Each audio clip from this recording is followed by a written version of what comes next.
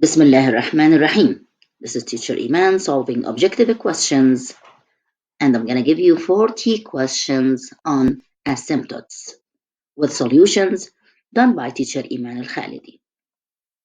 Shade true if the statement is true and false if the statement is false. The first question is if f of x equals 1 over x, then the curve of the function has vertical asymptote on the y-axis and horizontal asymptote on the x-axis. And this can be clear in the following graph. Watch it. You can see that the horizontal asymptote on the x-axis and the vertical asymptote on the y-axis. And that will make this statement true according to the graph. Question 2. If f of x equals 3x squared plus 2x minus 1, then the graph of the function has asymptotes, which will make it false because it is a polynomial. Number 3. If f of x equals 1 over x minus 2, then the curve of the function has vertical asymptote at x equals 2. This statement is true because if you're going to take the denominator x minus 2 and equal it by 0 and move this negative 2 to the other side, you will get x equals 2. So it's true. Number 4, if f of x equals x over x squared minus 1, then the curve of the function has two vertical asymptotes at x equals plus and minus 1.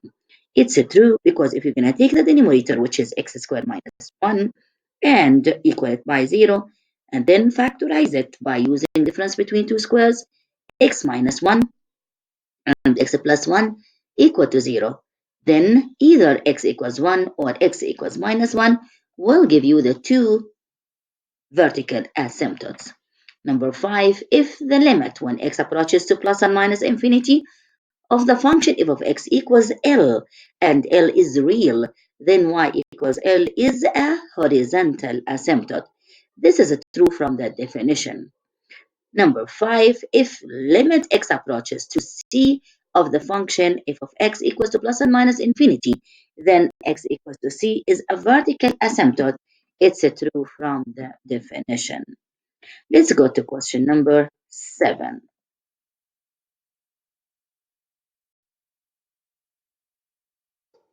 If f of x equals 4 over 1 plus x squared, then the function has no vertical asymptote. This is true because if you are going to take the denominator, which is 1 plus x squared, and equal it by 0, and then move the 1 to the other side to get negative 1, and take a square root for both sides, you will get x equals the plus square root of negative 1, which is not real. So there is no vertical asymptote. There is no vertical asymptote. In question number 8, if f of x equals 4 over 1 plus x squared, then the function has only a horizontal asymptote at the x-axis. You can see that to find the horizontal asymptote, you can use the limit when x approaches to plus and minus infinity. And then you are going to replace instead of x squared plus and minus infinity. That means you will get 4 over plus or minus infinity, which is 0, which is real. So the equation of the horizontal asymptote is y equals 0, which is the x-axis. And if there is a horizontal asymptote, there is no slant asymptote. And as you know before, this equation has no vertical asymptote. So because of that, it has only one horizontal asymptote, and that will make the statement true. Number 9, if f of x equals 2x plus 1 over x minus 3, then the function has a horizontal asymptote at y equals 2. Again, to find horizontal asymptote, you have to use limit when x approaches to plus and minus infinity for 2x plus 1 over x minus 3. That means you're going to take the coefficient of the highest power up over the coefficient of the highest power down, and that will make it 2 over 1. 2 over 1. So the equation is y equals 2, which is true.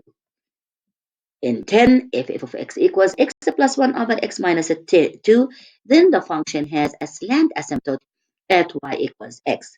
This statement is true because of the rule.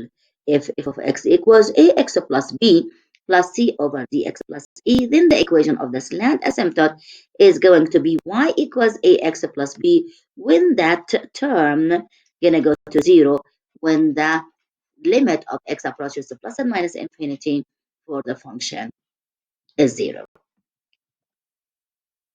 In 11, if f of x equals x plus 1 over x minus 2, then the function has horizontal asymptote at x equals 2. This statement is false because to find a horizontal asymptote, you can use limit and no limit here because there is no horizontal asymptote here because there is a slant asymptote and this is described before in question 10. So no horizontal asymptote. But there is a vertical asymptote when you're going to equal the denominator by 0, which is x minus 2 equal to 0, and that will make x equals 2 is a vertical asymptote, not horizontal. In number 12, if f of x equals tan x, then the function has vertical asymptotes at x equals plus and minus 2k plus 1 times pi over 2. And the k is an integer number. This statement is true according to the graph of the tan, if you remember it. Let's go to question 13. If f of x equals 2x plus 3 over ax minus 1 has a vertical asymptote at x equals 3, then the value of a equals negative 1. To know if it is true or false, vertical asymptotes needs from you to equal the denominator by 0. Ax minus 1 if you equal it by 0 and then replace the value of x by 3. That will make it 3a equals 1. Move the negative 1 to the other side to make it equals 1, and then divide both sides by 3 to get a equals 1 over 3. That will make the statement false.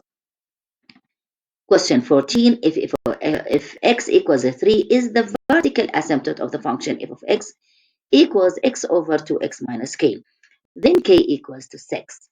Also, to know if it is a true or false, do the same. Take the denominator and equal it by 0, and replace it instead of x by 3. That will make it 2x minus k equals to 0. Move move 2 times 3, which is 6, to the other side to make k equals 6. It's true. Number 15, if y equals 4, if the horizontal asymptote of the function f of x equals ax minus 4 over 1 minus lx, then the value of a equals to 8. To know if this statement is true, let's use the limit when x approaches to plus or minus infinity for the whole function and take the coefficient of the highest power up with the coefficient of the highest power down, which is ax over negative x.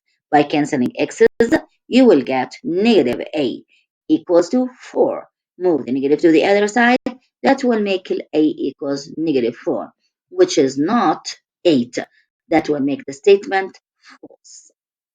In 16, if limit x approaches to infinity for the function f of x equals to 3, then y equals to 3 is a horizontal asymptote. It's true according to the definition. In 17, if the limit when x approaches to 5 for f of x equals to plus or minus infinity, then x equals to 5 is a vertical asymptote. This statement is true according to the definition.